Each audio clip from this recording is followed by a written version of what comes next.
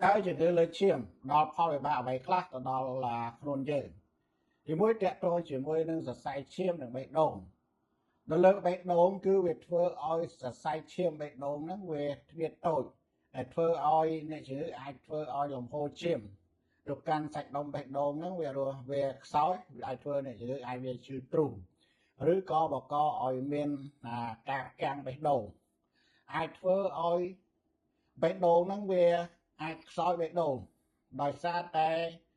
បេះដូងខំប្រឹងច្របាច់ខ្លាំងដើម្បីទប់ទល់ជាមួយនឹងសម្ពាធឈាមដែលឡើងខ្ពស់ហ្នឹងអញ្ចឹងធ្វើឲ្យបេះដូងថននឹងខាងឆ្វេងហ្នឹងវាអាចរីកធំហើយរឿងចុងក្រោយវាធ្វើឲ្យមានខ្សោយបេះដូងធ្វើឲ្យចង្វាក់បេះដូងដើរមិនទៀងទាត់អញ្ចឹងការលើសឈាមឬសម្ពាធឈាមហ្នឹងវាធ្វើឲ្យប៉ះពាល់ទៅដល់ចរន្តអគ្គិសនីរបស់បេះដូងដែលធ្វើឲ្យបេះដូងហ្នឹងវាអាចដើរមិនទៀងទាត់វាធ្វើឲ្យសរសៃឈាមសរសៃឈាមដែលធំនឹងគេនឹងវាអាចឡើងពកវាអាចធ្វើឲ្យមានពកចឹងទេវាបង្កើតបាននៅពេលដែលដុំសរសៃឈាមហ្នឹងដែលវាដាច់គឺវាបង្កឲ្យគ្រោះថ្នាក់ដល់អាយុជីវិតទីពីរផលប៉ះពាល់ទៅដល់សរសៃឈាមខួរក្បាលសរសៃឈាមការជំនឿលើឈាមហ្នឹងបង្កឲ្យមានគ្រោះថ្នាក់សរសៃឈាមខួរក្បាលនិងជំងឺខួរក្បាលផ្សេងទៀតជំងឺគ្រោះថ្នាក់សរសៃឈាមខួរក្បាលដែលជួបញឹកញាប់ជាងគេគេហៅថា stroke ហ្នឹងគឺបានន័យថាគ្រោះថ្នាក់សរសៃឈាមខួរក្បាលវាអាចតាក់ទងជាមួយនឹងលំហូរឈាមទៅកាន់ផ្នែកណាមួយនៃបេះដូងមានការថយចុះឬវាក៏តាក់ទងជាមួយនឹងការដាច់សរសៃឈាមក្នុងខួរក្បាលហ្នឹងមួយទៀតវាអាចប៉ះពាល់ដល់ការយល់ដឹងឬក៏វាអាចធ្វើឲ្យយើងអាចវង្វេងវង្វាន់ដោយសារតែការលើសសម្ពាធឈាមរ៉ាំរ៉ៃហ្នឹងវាធ្វើឲ្យខូចសរសៃឈាមទូចនៅក្នុងខួរក្បាលហ្នឹងអញ្ចឹងវាបង្កឲ្យមានការបាត់ចងចាំវាអាចមានជំងឺបាត់ចងចាំឬក៏គេហៅថាជំងឺ Alzheimer disease ហ្នឹងទី3ប៉ះពាល់លើតម្រងនោមអញ្ចឹងសម្ពាធឈាមឡើងខ្ពស់ហ្នឹងវាធ្វើឲ្យវាខូចខាតសរសៃឈាមនៅក្នុងតម្រងនោមដែលធ្វើឲ្យតម្រងនោមហ្នឹងមិនអាចច្រោះយកជាតិពុលចេញពីក្នុងខ្លួនយើងបានអញ្ចឹងបង្កឲ្យកើតបានជាជំងឺខ្សោយតម្រងនោមរ៉ាំរ៉ៃហើយនៅចុងក្រោយបានន័យថាតម្រងនោមយើងឈប់ដំណើរការតែម្ដងវាថា end stage renal disease ដែលយើងត្រូវការចាប់បាច់ត្រូវលេងឈាមឬក៏យើងអាចត្រូវបដូរកលៀនឬក៏បដូរតម្រងនោមហ្នឹង4វាប៉ះពាល់ដល់ភ្នែកនៅសម្ពាធឈាមដែលឡើងខ្ពស់ណាវាធ្វើឲ្យខូចសរសៃឈាមទូចនៅក្នុងភ្នែកហ្នឹងជាដែលធ្វើឲ្យយើងមានអារម្មណ៍ថាស្រវាំងភ្នែកឬក៏បាត់បង់កំហើញឬក៏វាមានឈាមនៅក្នុងretin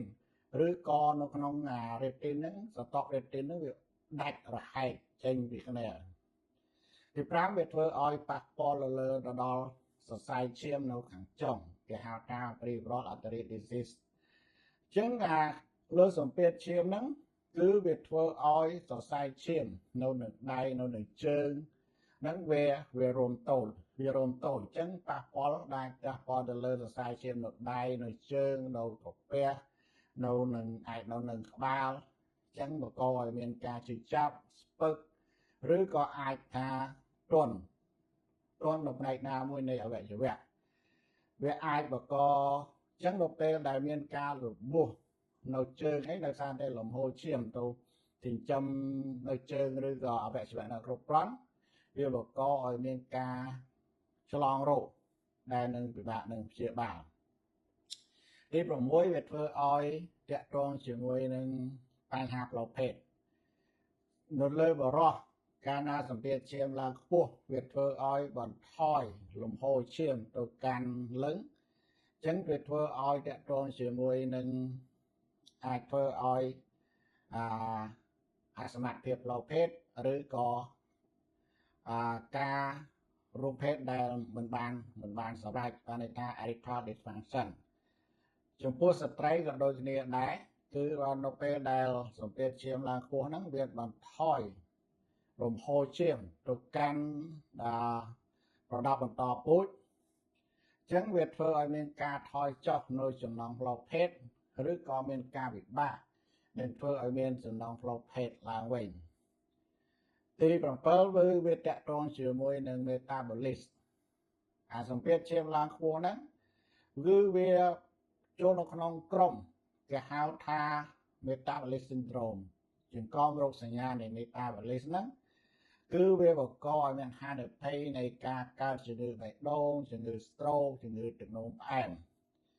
អញ្ចឹងវាអាហ្នឹងវាអាចតកតងជាមួយនឹងធ្វើឲ្យមានជាតិស្ករឡើងខ្ពស់ជាតិខ្លាញ់ឡើងខ្ពស់ហើយនឹងធ្វើឲ្យជាតិខ្លាញ់នៅសតក្បាលពោះហ្នឹងវាឡើងទី8ចំពោះស្ត្រីដែលមានផ្ទៃពោះ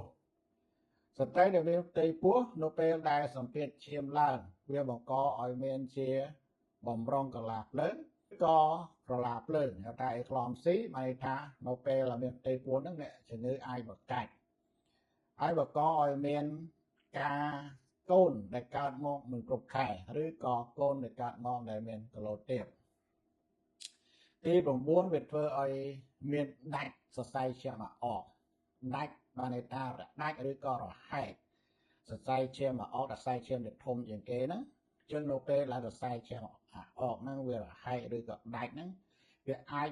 គ្រោះថ្នាក់ដល់អាយុជីវិតភ្លាមទី10វាអាចធ្វើឲ្យមានបញ្ហាគេងមិនដកដង្ហើមគេហៅថា sleep apnea អាពីរហ្នឹងវាទៅមកបានន័យថាលើឈាមអាចធ្វើឲ្យមាន sleep apnea sleep apnea ហ្នឹងបង្កឲ្យមានលើសម្ពាធឈាមបើសិនជាលោកស្រីមានសំណួរអាចសាកសួរតាមលេខ Telegram នេះបាន